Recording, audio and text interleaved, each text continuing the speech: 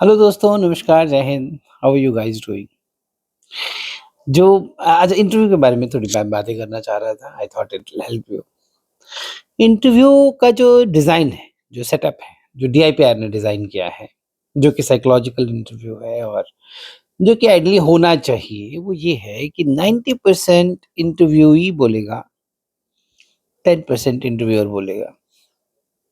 तो अगर आप कुछ ऐसी वीडियोज़ देख रहे हैं, जहाँ पे कुछ मूर्खाधिराज लोग बैठे हुए हैं, जो कि ऑफ़ कोर्स असेसर्स नहीं ही होंगे, और वो बोले जा रहे हैं और उसको कैंडिडेट को साइक कर दिए हैं और उनको लगता है कि प्रेशर बनाने का मतलब है कि उनके ऊपर चिल्लाओ। कैंडिडेट के ऊपर चिल्लाना प्रेशर बनाना हो ही नहीं सकता है। फिर वो क्या होगा, अगर आप किसी कैंडिडेट के ऊपर चिल्लाइएगा, if you shout at someone, he will never go out of the conscious state of his mind. But idea is that candidate should not stay in his conscious state. If he stays in the conscious state, this interview cannot be psychological. This interview has to be psychological because it is psychoanalysis. It is based on the principle of psychoanalysis. How will I understand a person if the interviewee is speaking from his conscious mind? You cannot assess a personality.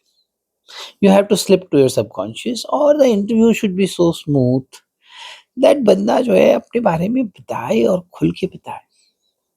मैंने कई बार interviews में देखा है, खासकर women candidates के लिए, male candidates भी, with due respect to all the genders, कि हम लोग बात करते कभी-कभी हम थोड़े इमोशनल भी हो जाते हैं और कई बार रो भी पड़ते हैं। वुमेन कैंडिडेट्स थोड़ा जल्दी, मेल कैंडिडेट्स भी, एवरीवन इज़ इमोशनल। इसको हम लोग कहते हैं इमोशनल कैथारसिस।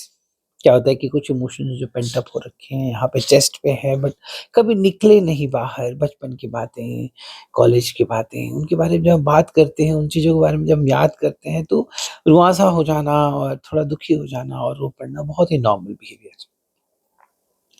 ऐसा होना चाहिए इंटरव्यू, कि आप इमोशनल उस लेवल पे पहुँचे, अपने आप से उस लेवल पे कनेक्ट करें जहाँ पे आपको अ, एक लिबरेशन का फीलिंग आए, यानी कि you feel liberated, you feel alive again. ऐसा होना चाहिए, परंतु ऐसा हर कोई नहीं कर सकता है। तो हर किसी मूर्खाधिराज के पास मत चले जाइए मेरा इंटरव्यू ले लीजिए। एक लड़के ने मुझे एक फीडबैक शेयर किया, बहुत बड़े इंस्टीट्यूट से कहीं से करवाया था वो इंटरव्यू। मैंने उसका फीडबैक देखा, जो फॉर्मेट देखा, मैं दंग रह गया। ये तो, मैंने बोला, ये तो रिपोर्ट फाइल जैसे होती है। अगर कोई रिकमेंडेड कैंडिडेट हो जाए, तो वो शीट्स उठा के हम लोग रिपोर्ट बनाते हैं। वो शीट्स हमारे को दिए होते हैं, उन शीट्स पे एक रिपोर्ट बनती है। मैंने, इसका तुमको क्या फ़ायदा होगा? ये तो ऑफ़िशियल रिकॉर्डिंग के लिए है, एंड आइडली दैट पर्सन जो भी हैं, उनको देना भी नहीं चाहिए ऐसे। But that's how it is. आपको फ़ायदा तब होगा जब इंटरव्यू में मैं आपको समझा पाऊँ कि भाई तुम्हारी समस्या देखो ये है, उसका निदान ये है। फर्स्ट आइडेंटिफाइंग द प्रॉब्लम, जैसे कि इफेक्टिव इंटेलिजेंस में होता है कि first you have to understand the problem and then finding solution in right corner. You are in a right corner, how will you find the solution? If I'm not helping you meet yourself, if I'm not helping you identify your own strength and weaknesses, if I'm not helping you to, find a solution towards that, then this is of no use. हर तरह के बच्चे recommend होंगे। एक लड़का है हार्दिक करके, जिसका photo अभी इंस्टाग्राम पे मैंने डाला भी था, तो आप देखिएगा, वो थर्ड टाइम रिकमेंड हो गया। Whereas academically, if I'm remembering correctly, he was not that sound. तो कई लोगों को ये डाउट होता है कि मेरे नंबर कम आए हैं तो मैं रिकमेंड नहीं हो सकता। ऐसा बिल्कुल भी नहीं है। एकेडमिक थोड़ा ना इंटरव्यू है कि आईआईटी वाले को लेंगे तो जेई वाले को लेंगे तो 95% वाले को, तो फिर मतलब है क्या इस इंटरव्यू का? It is nothing to do with academic performance. It's how you're going to handle it. How you handle that situation, how you convince the interviewer कि why the marks were less, what have you done about it, what were the reasons, that circumstances that led to it, what have you learnt out of it, how you moved ahead, what are you doing ahead in your life। तो इस पे है। तो interview को इस पर्सपेक्ट में ही देखिए और इसको ओपन माइंडेडली प्रिपेयर कीजिए, अपने बारे में जानिए, अपने आप को समझिए। और अगर आप मुझसे इंटरव्यू करना चाहते हैं तो मुझसे कनेक्ट कीजिए, हम लोग एक प्रॉपर मॉक इंटरव्यू करेंगे as per SSP. It will be a very engaging and fruitful session.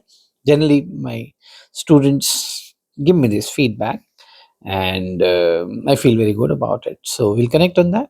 बाकी धैर्य को रखिए, धीरज को रखिए, हौसलों को बुलंद रखिए, उम्मीदों को बरकरार रखिए, सफलता आपको भी मिलेगी। It is just a matter of time. Share कीजिएगा इसको, सब्सक्राइब कीजिएगा मेरे चैनल को, हेल्प कीजिए इस चैनल को बढ़ने में। ऑथेंटिसिटी बहुत ज़्यादा है, परंतु मैं देख रहा हूँ कि जैसा बाकी लोगों का चैनल ऐसे बहुत बढ़ गया है, पता नहीं कैसे, तो मेरा नहीं बढ़ रहा, तो मेरा हेल्प कीजिए आप लोग। थैंक यू, जय हिंद।